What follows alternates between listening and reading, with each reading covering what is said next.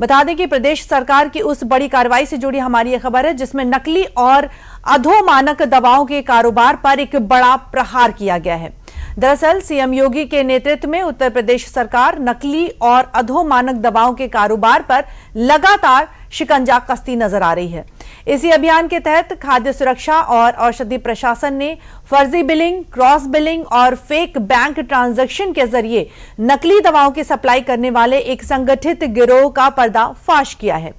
मामले में लखनऊ के अमीनाबाद थाने में 6 एफआईआर भी दर्ज की गई है और एफएसडीए के मुताबिक कार्रवाई केवल नकली दवाओं की बरामदगी के तक ही सीमित नहीं है, बल्कि पूरे आर्थिक और लॉजिस्टिक नेटवर्क को ध्वस्त करने पर भी केंद्रित है।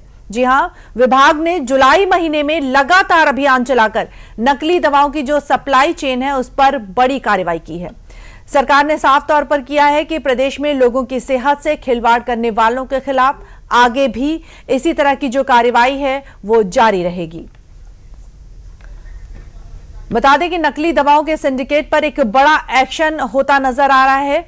एफएसडीए ने जुलाई में नकली दवाओं के नेटवर्क के खिलाफ अभियान चलाया है। 6 जुलाई को आलमबाग में नकली दवाओं की जो खेप है वो पकड़कर पहली एफआईआर दर्ज की गई थी। 6 जुलाई को पहली एफआईआर दर्ज की गई थी और इसके बाद 19 जुलाई को अमीनाबाद से करीब 21 लाख रुपए की जो नकली दवाएं हैं वो बरामद की गई।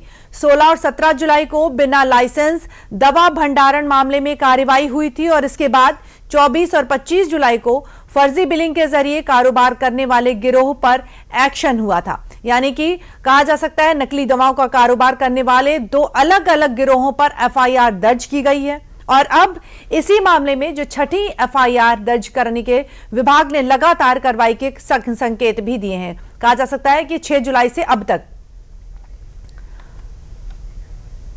और अधिक जानकारी ले लेते हैं, हमारे साथ जुड़े हैं हमारे सहयोगी रामेंद्र सिंह जी। रामेंद्र, स्वागत है आपका। रामेंद्र, बताएं कि उत्तर प्रदेश में जिस तरह से हम देख रहे हैं कि नकली दवाओं के खिलाफ चल रहा ये अभियान, अब तक क्या कुछ जो बड़ी सफलताएं हैं मिल चुकी हैं और ये कार्रवाई कितनी व्यापक है? देख रहे हैं कि हम 6 जुलाई से आज तक जो ये कार्रवाई है वो होती हुई नजर आ रही है और अब बात लखनऊ की भी आ गई है इसमें।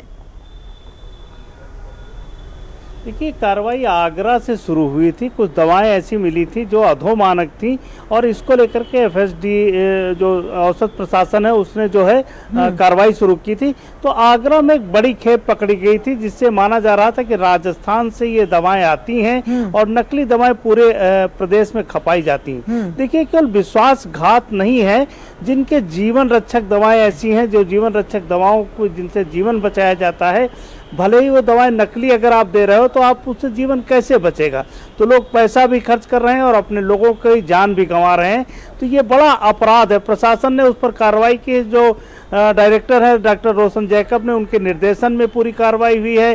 तमाम इंस्पेक्टर को उनमें लगाया गया है कि किस तरीके से पूरी कार्रवाई को अंजाम दिया जाए कि भाग न पाए और इनको पकड़ा जाए। तो बहुत सारी जो एजेंसीज काम कर रही थी तो पता लगा कि बिलिंग तो हो रही है लेकिन दवाएं कहां से आ रही वो प्रूफ नहीं हो रहा।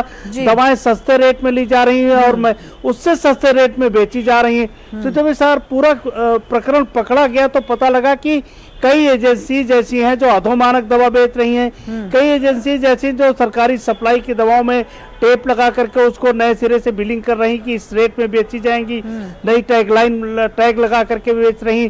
तो वो सारे जो लोग पकड़ में आ गए हैं और उनके खिलाफ मुकदमा भी दर्ज हुआ है और सरकार का स्पष्ट निर्देश है इनके खिलाफ कठोर से कठोर कार्रवाई की जाए। उसके लिए पुलिस प्रशासन अब आगे जिम्मेदार होगी कि जांच करेगी। एफएसडीए के सहयोग से जिस तरीके से जांच आगे बढ़ेगी तो उस तरीके से सारा काम आगे बढ़ेगा। अभिनिधि जी, जैसा कि अभी आपने कहा कि रामेन क्रॉस बिलिंग की बात की, फर्जी दवा नेटवर्क की बात की, तो इस पर सरकार जिस तरह से सख्त होती नजर आ रही है, इससे हम अगर बात करें दवा कारोबारियों की, आम मरीजों की, तो उनकी सुरक्षा को लेकर क्या कुछ असर पड़ने की उम्मीद नजर आ रही है?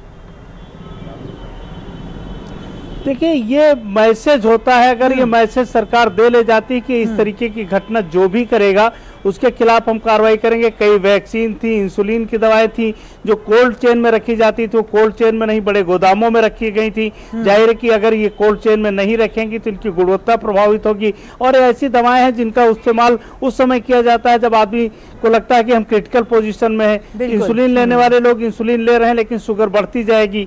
वैक्सीन लेने वाले लोगों को लगेगा कि वैक्सीन हमने ले लिया है, बीमारी नहीं होगी, लेकिन वो बीमारी हो जाएगी। तो इस तरीके की तमाम चुनौतियां हैं जिनके कारण सरकार ने कार्रवाई की है और सरकार ये कार्रवाई लगातार करती रहेगी। उसने संदेश दे दिया कि ऐसे लोग जो इस अपराध में शामिल हैं, जो इसके दोषी हैं, उनके खिलाफ कठोर कार्रवाई होगी। तो उससे आगे चल करके इस तरीके की घटनाएं रुकेंगी। निधि जी, तो कहा जा सकता है नकली दवाओं का जो नेटवर्क है इस पर यूपी सरकार सख्त है और अलर्ट मोड पर है। बहुत बहुत धन्यवाद रामेन तमाम जानकारियां शेयर करने के लिए।